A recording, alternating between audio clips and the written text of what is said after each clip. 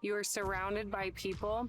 You smile, you converse, interact, you go to lunch, and you still feel alone. Hello, beautiful. My name is Christina, and I am a medicine woman from the Rocky Mountains. I had a huge imagination as a child, but nobody cared. Nobody saw me. I always felt alone.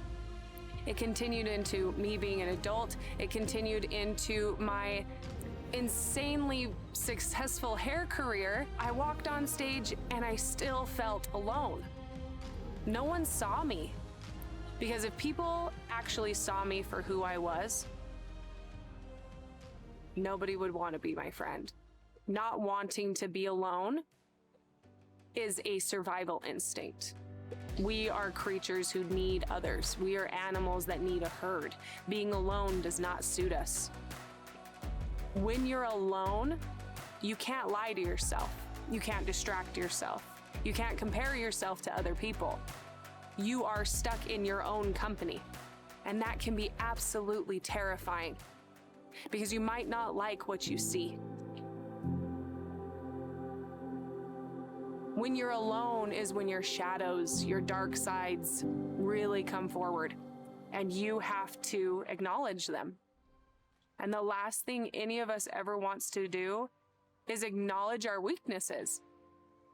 But by acknowledging your shadows, acknowledging your weaknesses, acknowledging your loneliness, that is when your true gifts and talents will come into fruition.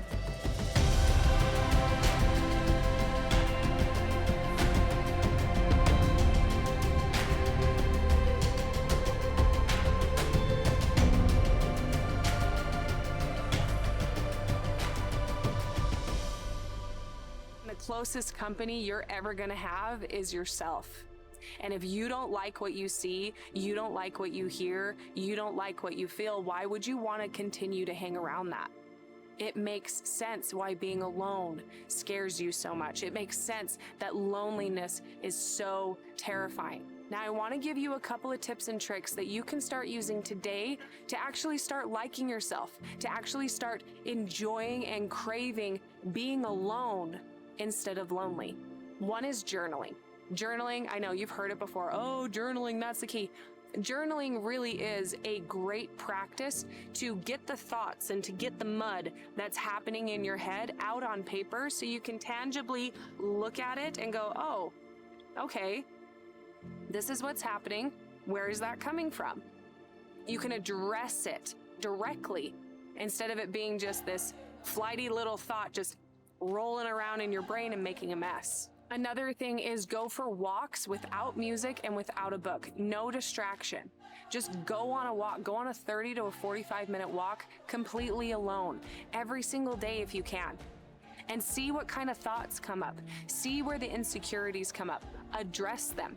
When you're physically moving and you're not distracting yourself, your body will actually help you metabolize and physically work through emotional turmoil at the same time. So I want to encourage you to start creating the relationship with yourself that you have always dreamed of having with another person.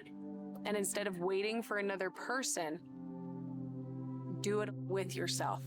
I am going to be doing a video soon all about the fact that you may feel lonely without realizing you're actually never really alone. So if this video spoke to you, it's saying to you, be sure to hit the subscribe button and keep an eye out for my video coming up all about how you've never actually been alone your entire life and how you are not your body. I will be teaching you all about how to cultivate a relationship with your body and to actually listen to the language your body says so that the next time something's wrong, you'll know it immediately. The next time you know something's off, you will trust yourself. Thank you so much for watching. I hope this helped you. And remember, once again, I see you. You're doing great. Keep going.